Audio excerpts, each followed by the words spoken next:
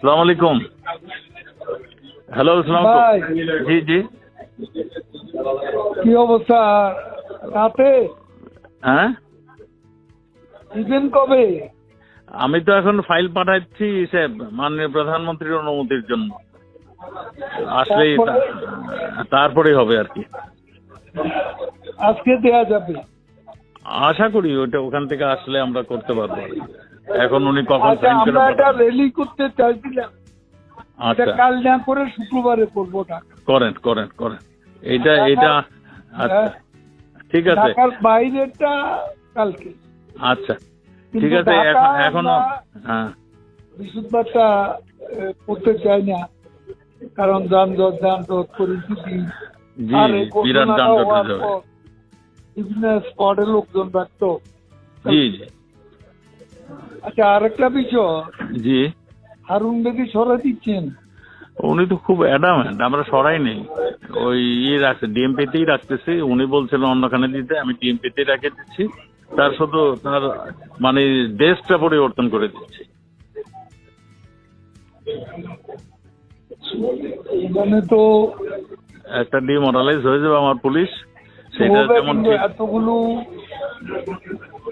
এই যে আমাদের একটু পানি আসছে তো কিছু অ্যারেস্ট করার পর, রাইট, সেটা তো এটা আপনি একটু বলেন। আমি তো বলতে বলতে আমি টায়ার্ড হয়ে গেছি।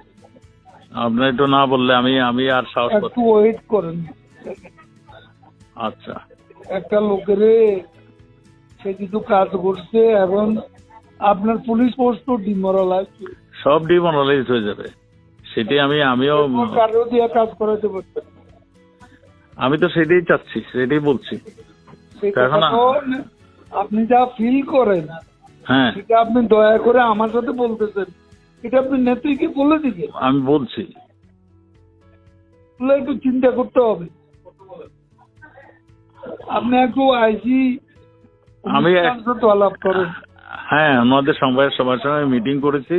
মিটিং করে যেহেতু প্রাইম মিনিস্টার এইভাবে বলতেছেন, আমি তখন এইটাই সিদ্ধান্ত নিয়েছি, ওনার ডেস্কটা পাল্টে ডিএমপিতেই থাকবে, অ্যাজ ইট ইজ থাকবে, শুধু ডিবির জায়গায় সে অন্য আরেকটা দায়িত্ব যাবে। না, কিন্তু আপনি এতে খুব রিয়াকশন হবে, রিয়াকশন তো পুলিশের মধ্যে হবেই।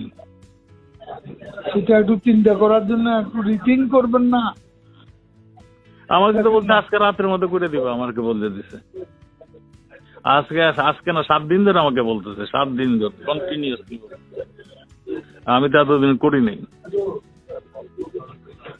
ঠিক আছে, একটু চিন্তা করুন। আচ্ছা